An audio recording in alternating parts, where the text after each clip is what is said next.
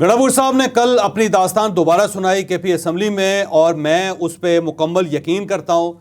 मैं ये समझता हूँ कि गंडापुर साहब 100% सच बोल रहे हैं और उनकी इस कहानी के अंदर किसी किस्म का इबहाम पैदा करने की ज़्यादती नहीं करनी चाहिए। मैं क्यों ये समझता हूँ ये मैं आपको आज के वीलॉग में पूरी तफसील के साथ बताऊँगा।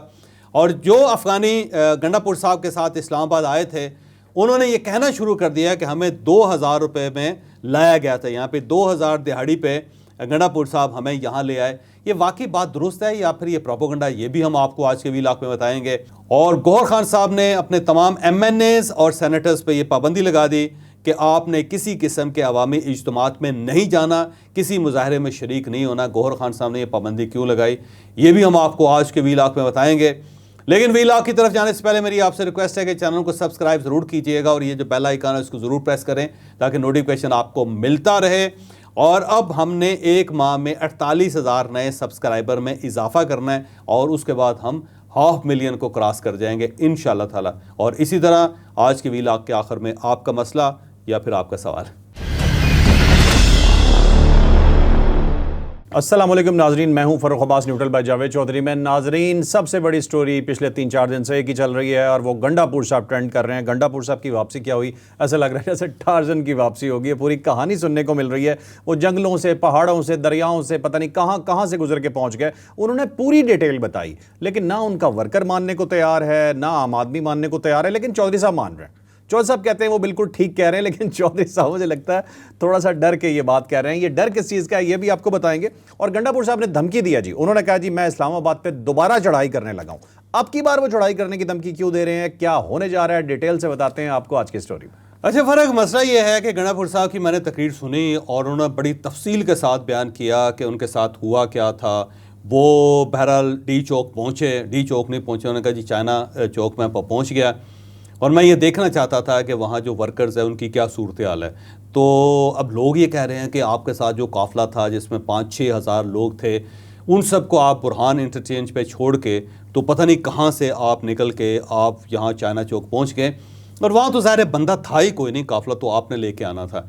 आप कौन से वर्कर्स थे जिनके साथ आपने वहाँ पर खिताब करना था? अब लोग ये एतराज़ कर रहे हैं, जबकि मेरा नहीं ख्याल कि कोई एतराज़ दुरुस्त है। देखिए गंडापुर साहब है, उन्होंने कोई ना कोई मुग़ल यहाँ पे एक टनल खोदी होगी जैसे मुगलिया दौर के अंदर होती थी। घोड़े समेत वो यहाँ से लाहौर से निकल के दिल्ली में निकल आते थे, यानी लाहौर में दाखिल होते थे। लाहौर के जो शाही किला है और उसके अंदर नीचे एक टनल थी, अभी भी है वो टनल, और उसके अंदर जो मुग़ल बादशाह होता था घोड़े के ऊपर बैठता था, दगड़ दगड़ दगड़ दगड़ दगड़ और दिल्ली निकल आता था।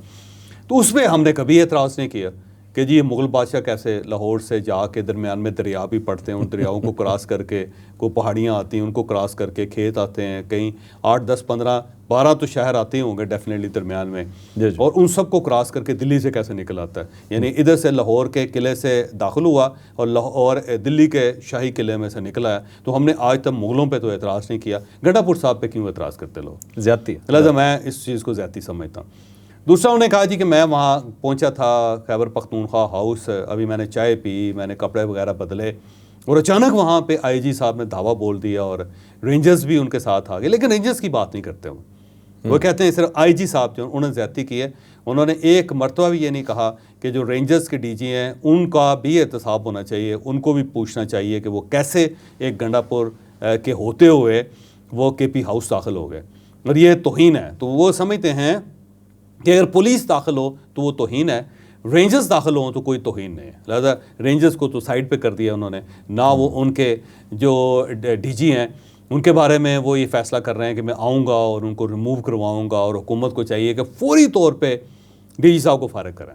ठीक है, उनको कैसे ज़रूरत हुई कि वो खैबर पख्तूनख्वा हाउस में दाखिल हो जाएँ और वो खैबर पख्तूनख्वा की प्रॉपर्टी है और किसी और की प्रॉपर्टी नहीं है, तो उसके अंदर कैसे दाखिल हो सकते हैं। तो उन्होंने एक तो रेंजर्स को अलाउ कर दिया कि रेंजर्स जा सकते हैं, लेकिन IG जो है ना उसके पास ये इख्तियार नहीं है कि वो दाखिल हो।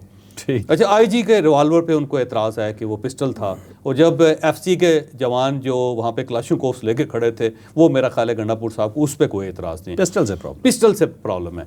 और मेरा ख्याल है ठीक है, हर आदमी की छेड़ होती है, कोई ना कोई उनकी भी छेड़ होगी, समझते होंगे क्लाशनकोव बेहतर है और अगर वो खाकी यूनिफॉर्म ने पकड़ी हो तो उसमें कोई प्रॉब्लम नहीं है। लेकिन अगर वो ब्लू यूनिफॉर्म के साथ कोई बंदा पिस्टल पकड़ के बैठा हो तो वो बड़ी ज़्यादती है।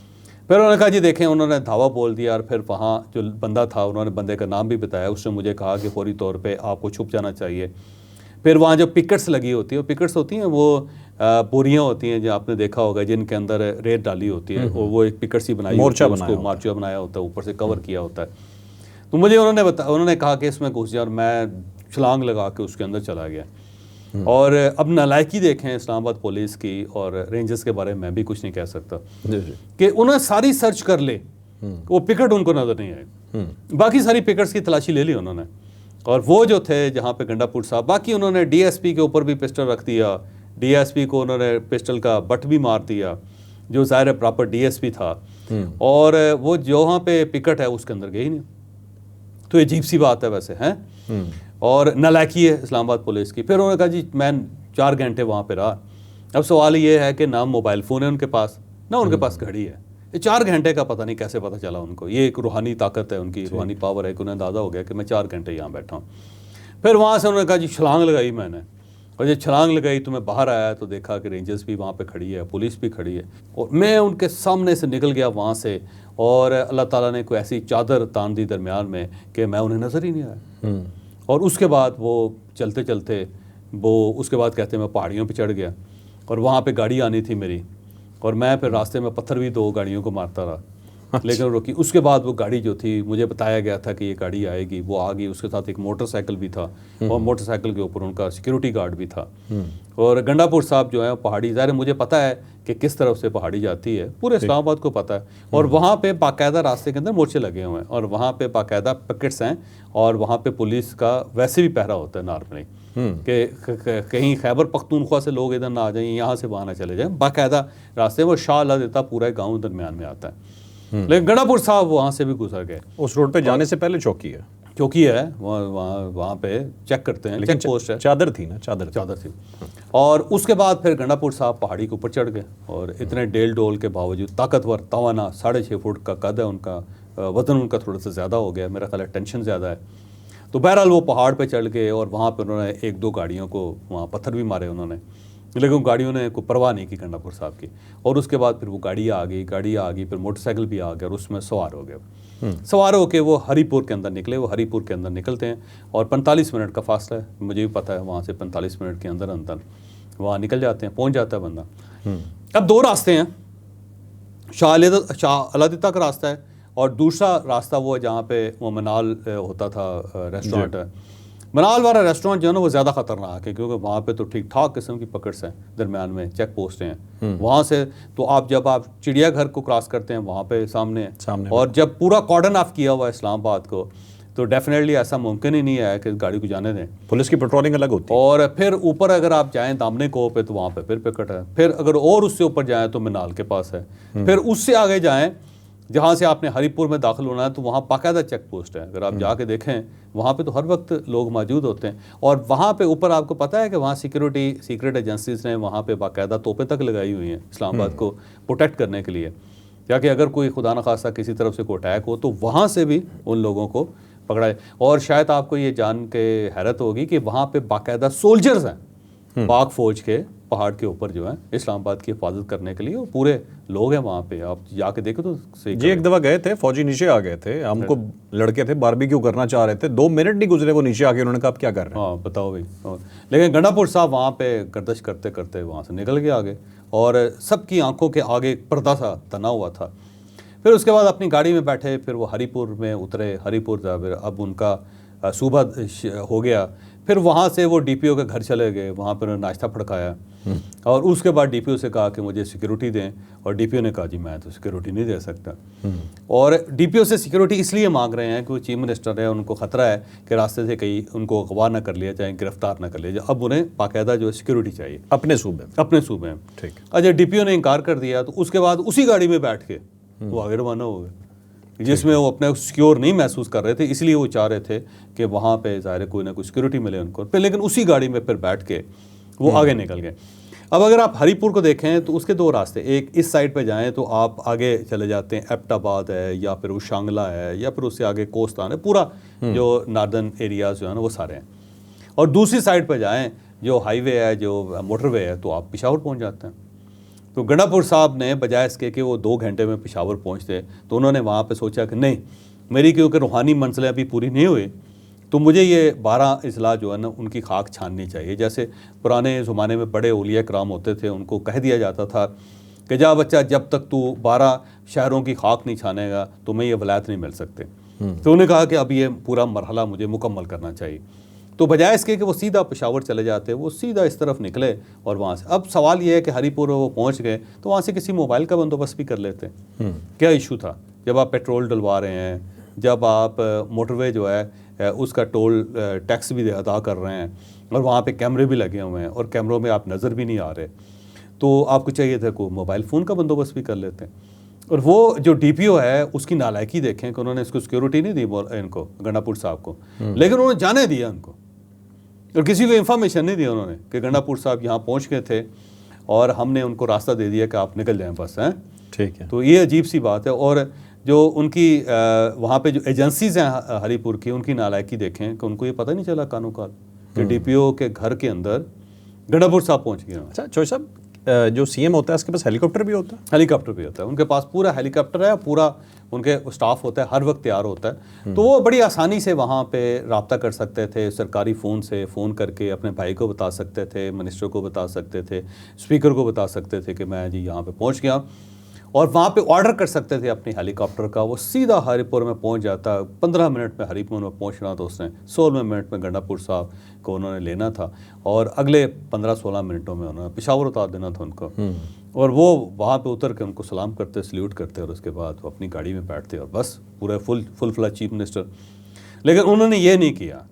अब अजीब सी बात इसके अंदर फील होती है कि इतने निडर और बेखौफ आदमी कि जो मोर्चे में नहीं डरे, मोर्चे से निकल के वो जो एफसी के सामने से या रेंजर्स के सामने से गुजरते हुए खौफ नहीं आया, पुलिस को देख के खौफ नहीं आया, पहाड़ के ऊपर तो बहुत ज़्यादा जानवर होते हैं आजकल, वहाँ पे भी उनको कोई डर नहीं लगा।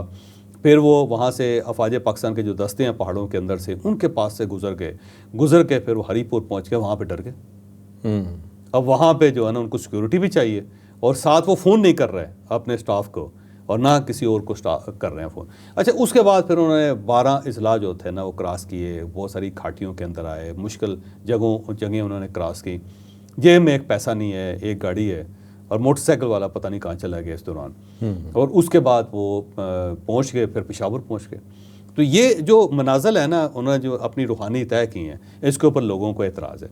लेकिन मैं ये समझता हूँ, क्योंकि मैं ख़ुद रूहानियत को बहुत पसंद करता हूँ और ये पूरी पार्टी अहले रूहानियत पे मबनी है। बुशरा बीबी जो है वो ख़ातून है, लेकिन बाकी बुजुर्गज़ीदा ख़ातून है और लोग उनकी जो इबादत और रियाजत है उनकी तारीफ़ करते हैं। इमरान खान साहब जो हैं उन्हें तो सब कुछ सामने दीवार पर लिखा हुआ नज़र आता है और वो बताते भी हैं सर, और वो कहते हैं कि ये इंकलाब पाकिस्तान के अंदर आके रहेगा और लोग तैयार बैठे हुए हैं।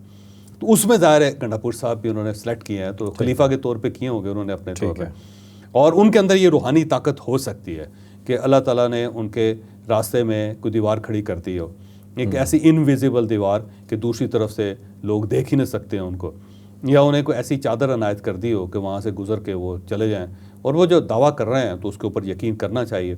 फिर उन्होंने कहा कि लगे हाथों मैं हरीपुर पहुँच ही गया हूँ, तो मेरी जो रूहानी ताकतें थी वो मुझे कह रही थी कि 12 अजला की खाक छानो, तो अच्छा है पेशावर पहुंचने से पहले मैं 12 अजला जो उनका दौरा कर लूँ, थोड़ी सैर भी कर लूँ। सैर भी नहीं, मेरा ख्याल रूहानी तौर पे वो चाहते थे। अच्छा। अब अगर उन्होंने सब कुछ ये कर दिया तो आपको प्रॉब्लम क्या है? तो मैं ये जो नालायक लोग हैं ना जो एतराज़ कर रहे हैं, मुझे बड़ा गुस्सा आता है ये सुन के। गंडापुर साहब, भाई गंडापुर साहब जब कह रहे हैं, बोल रहे हैं और सच्चे दिल से बोल रहे हैं, अल्लाह ताला का नाम ले रहे हैं, फिर उन्हें गारे हिरा जो है ना उसका वाक़या भी याद है, जबकि गारे हिरा में नहीं, ये गारे सोर था, मेरे ख्याल शायद स्लिप ऑफ टंग होगी, या हो सकता है कि वाकई गारे हिरा हो और जो मजहबी किताबों में लिखा हुआ है, जो तारीख में लिखा हुआ है, गलत लिख दिया हो, हमें असल वाक़े का ना पता हो। और जब वो सब चीज़ों से गुजर के आके दावा कर रहे हैं तो पता नहीं इन लोगों को क्या तकलीफ़ है कि यकीन ही नहीं कर रहे। अब पाकिस्तान तहरीक इंसाफ का वर्कर भी बड़ा जी इस मामले में बेवकूफ़ है, उसे अंदाज़ा ही नहीं है कि जब लीडर बात कर रहा हो तो उसके ऊपर यकीन करना चाहिए। अब वो क्वेश्चन उठा रहे हैं कि देखें जी ये कैसे हो सकता है, और उनकी कहानी जो है ना बिलीवेबल नहीं है, अनबिलीवेबल है। गंडापुर साहब के पास तो बड़े ऑप्शंस थे, वो ये कर सकते थे, वो कर सकते थे, इस तरह कर सकते थे। वो कौन सी चादर है जो उन्होंने ओढ़ ली और उसमें से निकल आए, और ये एक उम्र यार की जंबील है जिसमें वो कभी घुस जाते हैं कभी निकल आते हैं। तो मेरा ख्याल है वर्कर्स जो है ना वो इनकी रूहानी ताकतों से वाकिफ़ नहीं, उनको अंदाज़ा ही नहीं कि अल्लाह ताला जब मोइज़े करता है तो वो किस किस्म के करता है। और ये जो मोइज़ात हैं सिर्फ आजकल गंडापुर साहब के साथ हो रहे हैं कि जब वो चाहते हैं वो उजल हो जाते हैं नज़रों से, और जब वो चाहते हैं वो वापस आ जाते हैं। कई बार वो देखें गायब हुए, कई बार वो आए। तो मेरा ख्याल है गंडापुर साहब को पाकिस्तान तहरीक-ए-इंसाफ को जिंदा पीर डिक्लेयर कर देना चाहिए। बिल्कुल, एक ऐसी रूहानी शख्सियत जो पानी के ऊपर से चल सकती है, जो पहाड़ों को पार कर सकती है, जो शेर के ऊपर बैठ के सवारी कर सकती है। ये तो बड़ी अच्छी बात है कि मार्गला की पहाड़ियों पर शेर नहीं थे, नहीं तो 2 शेरों के ऊपर सवारी करके वो हरिपुर के अंदर उतरते। सुना है मैंने, पता चलता है कि एक शेर के ऊपर बैठे वो दूसरे का कान पकड़ा हुआ उन्होंने और उतर गए। सुना है 2 चीतों से गुफ्तगू हुई रास्ते में उनकी। अच्छा, वो अतर काजमी साहब हमारे दोस्त को कहते हैं नील गाय जो है वो भी मारी रास्ते में, और एक अजदहे के साथ उन्होंने लड़ाई भी की सारी। लेकिन मेरा ख्याल ये ज्यादती है। अच्छा चौधरी साहब, एक सूबा है उसका चीफ मिनिस्टर है और वो मजहबी आदमी है और बाकायदा अल्लाह ताला का नाम लेते हैं और बड़े समीमुल कल्ब हो के दिल के अंदर एक बाकायदा आहनी किस्म के जज्बात पैदा करके वो अगर यकीन के साथ कह रहे हैं तो आपको तकलीफ क्या है? नहीं कोई तकलीफ तो मुझे बड़ा एतराज़, अल्लाह की कसम मुझे बहुत एतराज़, यानी आप लोग नाखलफ बेवकूफ़ लोग, जी, यानी आपको ये चीज़ें नज़र ही नहीं आती फ़ारूक साहब। जी, और आप हंस रहे हैं इस बात पे, शर्म आनी चाहिए। नहीं चौधरी साहब, आपने प्रूव कर दिया एक तो आप पेड नहीं है क्योंकि आपने यकीन कर लिया। मैं तो पहले दिन ही यकीन कर लिया। हाँ, क्योंकि गंडापुर साहब ने कहा है कि बिल्कुल यकीन नहीं करना ऐसे सहाफ़ियों पे जो मेरी बात पे यकीन नहीं करते, वो पेड है। हाँ, और वैसे ख्याल है सारी पार्टी पेड है, उनकी पार्टी यकीन नहीं करे। मैं तो कर रहा हूँ, गंडापुर साहब यकीन करें, मैं यकीन कर रहा हूँ। मेरी मजाल नहीं है तोबा मैं आपके इतनी गुस्साही कर सकूं कि कुछ सवाल उठा सकूं। बिल्कुल सही। और आप यकीन करें कि अगर आप डिक्लेयर करें अगली तकरीर में कि जनाब मैंने पेशावर में चीफ मिनिस्टर हाउस से केपी हाउस इस्लामाबाद के अंदर सुरंग खोदी हुई है, आप यकीन करें सबसे पहले बंदा मैं होऊंगा जो उस पर यकीन करूँ। ठीक है सर, अगली स्टोरी की तरफ चलते हैं सर मेरे ख्याल।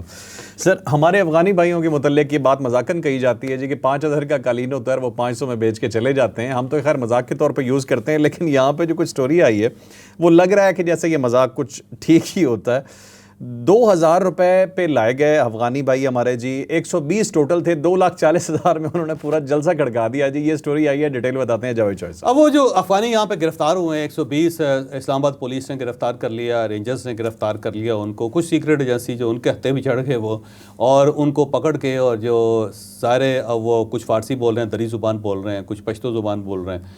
अब उनसे जब पूछा गया सारा तो उन्होंने कहा जी हमें तो गंडापुर साहब ने 2000 दिहाड़ी पे बुक किया था, और उसके बाद वो ले आए, खाना मुफ्त है, गाड़ी की सैर उन्होंने वैसे करवा दी है, बस थोड़ा सा धुआं बर्दाश्त करना था जो शेलिंग का था वो हम करते रहे। वो ले लें हमारे पास थी, और दूसरा पेट्रोल के कैन उन्होंने दे दिए हुए थे जो हमने आग लगानी थी। तो ये सारी चीज़ें हमारे पास अवेलेबल थी। 2000 रुपये भी मिल जाना था तो हमें क्या बुरा था, क्योंकि बिल्कुल वेले बैठे हुए थे। तो हम आ गए। अब अगला सवाल ये है कि क्या गंडापुर साहब से उन्होंने वसूली कर ली, क्योंकि ये तो बाद में वसूली होने थे। और गंडापुर साहब जो है वो इनको छोड़ के यहीं पे और इनके पैसे मार के वो वापस चले गए।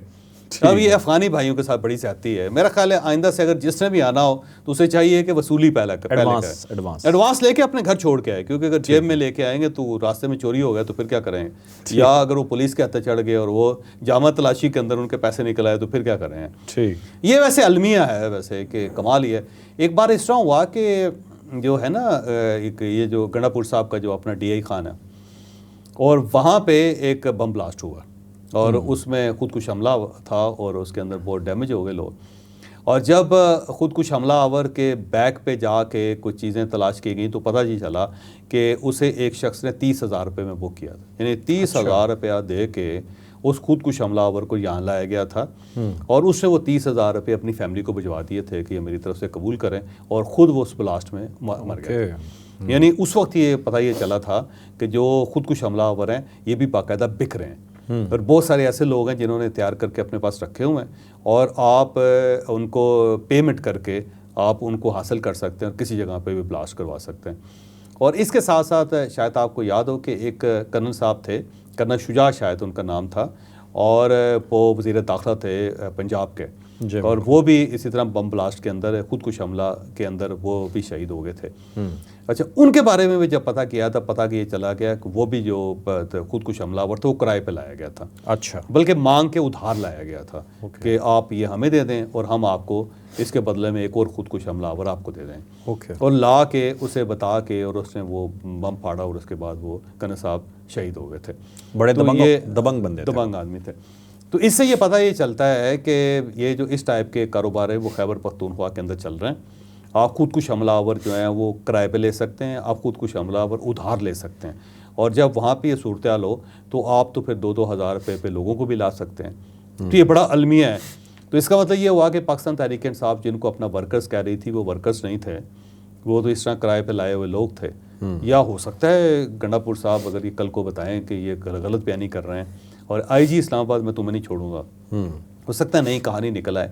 लेकिन सरदस्त तो वो सब लोग फरमा रहे हैं, बता रहे हैं कि जनाब हमारे साथ कमिटमेंट हुई थी 2,000 रुपये की। तो इससे आप अंदाज़ा लगाएं, ये तो उनकी बड़ी मेहरबानी है, आज़ी है उनकी, जो उनको बार बार कह रहे थे तकब्बर नहीं करना चाहिए। तो गंडापुर साहब जो बार बार कह रहे तकब्बर नहीं करना चाहिए, तकब्बर को सवाल होता है। ये उनकी आज़ी है कि वो सिर्फ 120 लोग लेके आए थे, तो बजट उनके पास था, और अगर वो इस तरह 10,000 लोग भर्ती करके ले आते तो हम क्या बिगाड़ सकते थे। सही। अच्छा चौधरी साहब, हमने पहले बात की थी, गंडापुर साहब ने धमकी दी है इस्लामाबाद आने की कि आज इस्लामाबाद को हटाओ नहीं तो मैं दोबारा इस्लामाबाद आ जाऊँगा सबको लेके, तो क्या आएंगे? अब बड़ी अजीब सी बात है कि गंडापुर साहब जो पहले थे वो ये कहते थे कि मैंने इस फॉर्म 47 की गवर्नमेंट को गिराना है और इनको ख़त्म करके मैं आऊँगा, बार बार ये कह रहे थे। फिर वो इमरान खान साहब की रिहाई के लिए आना चाह रहे थे और कहा कि 15 दिन है तुम्हारे पास, अगर तुमने इमरान खान को रिहा ना किया तो मैं खुद आऊँगा और जेल के दरवाजे तोड़ के उनको निकाल के लेके जाऊँगा। एक उनका ये इरादा था। और इस बात वो अदलिया की बहाली के लिए कि अदलिया के साथ बड़ी ज़्यादती हो रही है और ये जो आइनी तरमीम हो रही है उसे मैं पास नहीं होने दूँगा, इसके लिए वो यहाँ पे तशरीफ़ लाए। बड़े बड़े टास्क थे उनके, बड़े बड़े उनके मकसद थे, लेकिन अल्टीमेटली उनका मकसद जो अब है वो आईजी इस्लामाबाद को हटाना है। तो मेरा ख्याल है बड़े मकसद या तो उन्होंने रूहानी ताकतों के हवाले कर दिए हैं कि अब वो मोइज़ाती होंगे तो इमरान खान साहब बाहर निकल आएंगे। किस दिन पता चलेगा कि इमरान खान साहब के सेल के अंदर देखा तो इमरान खान साहब गायब हैं और ताले बार लगे हुए हैं और अंदर से वो गायब हैं, और जो उनका खाना है वो अभी गर्म पड़ा हुआ है वहाँ पे। ऐसे लग रहा था जैसे वो गोश्त खा रहे थे और अचानक वहाँ से वो निकल गए। अब वो उसके बाद पता ही चलेगा, इमरान खान साहब तकरीर करेंगे कि जनाब मैंने तो सलाखों के अंदर से निकल गया मैं और किसी ने देखा ही नहीं, और मैं बाहर आ गया सड़क के ऊपर और फिर मैं वहाँ से लिफ्ट ली और मैं पेशावर पहुँच गया। हो सकता है गंडापुर साहब इस टाइप के किसी मोजे का इंतज़ार कर रहे हो कि इमरान खान साहब अजीब किसी मोजे के ज़रिए फिर एक दिन इस तरह होगा कि मियाँ शहबाज शरीफ साहब सुबह उठेंगे वो प्राइम मिनिस्टर नहीं होंगे। पता चलेगा कि फॉर्म 47 की गवर्नमेंट जो वो चलेगी सर, और वो अकेले बैठे हुए हैं एक जगह पे, और आगे पीछे जो प्राइम मिनिस्टर हाउस है वो भी गायब हो गया। और एक मोजे के तहत फिर एक मोजा ये होगा कि पता चला जस्टिस मंसूर अली शाह साहब जो चीफ जस्टिस बन गए और बाकी 17 जज गायब हो गए और सिर्फ एक चीफ जस्टिस रह गए। तो वो सारे काम उन्होंने मोइज़ों पे छोड़ दिया। ठीक है। और अब वो सिर्फ एक ही उनकी ज़िंदगी का मकसद है कि आईजी जो इस्लामाबाद है उसको हटा देना उन्होंने। तो अब वो कह रहे हैं कि अगर मेरी बात ना मानी गई तो मैं धावा बोलूँगा दोबारा आईजी इस्लामाबाद को हटाने के लिए। तो क्या ज़बरदस्त किस्म का मकसद है। तो मेरा ख्याल है उन्होंने शायद अपने मकासद तब्दील कर लें। ठीक। अब उनकी ज़िंदगी का बल्कि मकसद हयात जो है वो आईजी इस्लामाबाद को तब्दील करना है। उसकी वजह ये कि पिस्टल लेके आ गया था, उसे ये चाहिए था कि वो कलाशनकोफ लेके आता। और मैं अगेन ये कहता हूँ कि रेंजर्स पे उनको कोई एतराज़ नहीं। ठीक है, मतलब नहीं आ रहे दोबारा इस्लामाबाद पर अटैक करने, अब नहीं आ रहे। ठीक है। ये जो शंघाई तावन तंजीम का इजलास है उस वक्त तक तो नहीं आ रहे, मैं आपको पहले कह रहा हूँ। ठीक, उसके बाद हो सकता है फिर इस्लामाबाद बल्कि अडयाला जेल खुले, इमरान खान साहब के साथ उनका रब्ता हो और उसके बाद फिर इमरान खान साहब दें कॉल और गंडापुर साहब को कहें कि भाई साहब आपके पास इसके अलावा कोई ऑप्शन नहीं है, या मेरे रास्ते पे चलें या फौरी तौर पर घर चलें। तो अगर वो ये कह दें और फिर गंडापुर साहब ऐलान कर दें तो अलग बात है।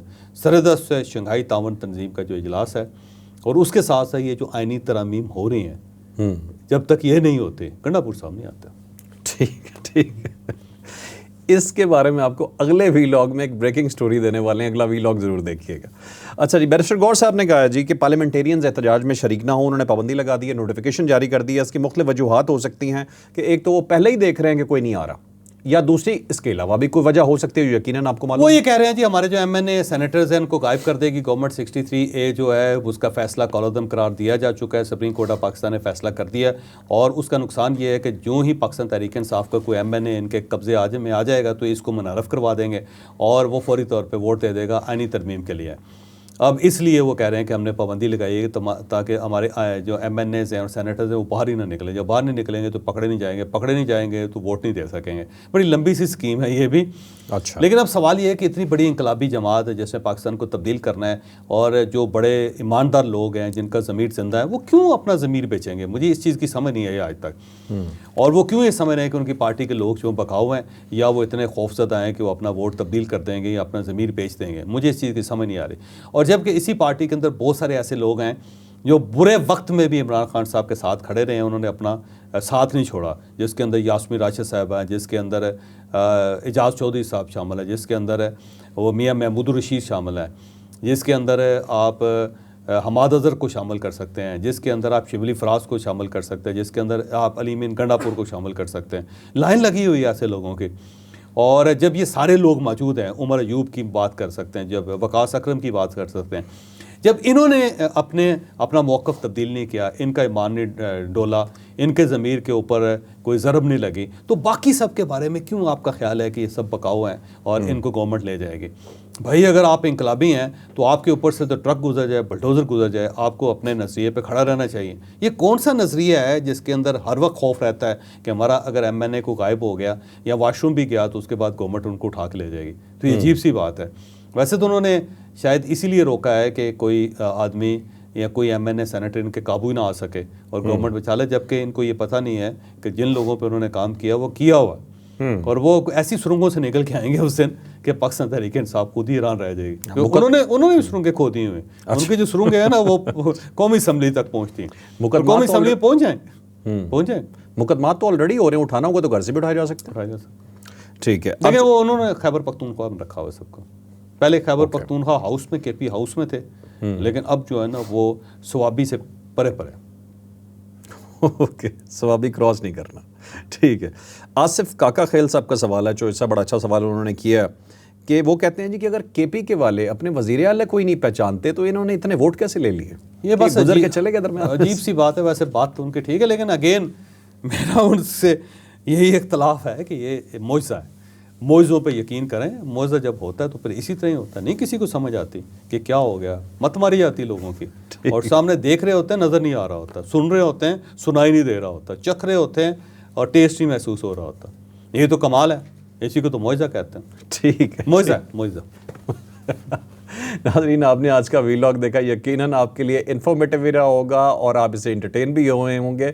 हमने कोशिश की कि जितना भी सच था वो आपको इस अंदाज में बताया जाए कि आपको वो सच पता भी चल जाए और ये भी ना लगे कि हम किसी की मुखालफत कर रहे हैं। लाइक शेयर सब्सक्राइब कीजिएगा। इजाज़त दीजिए, अल्लाह हाफ़िज़।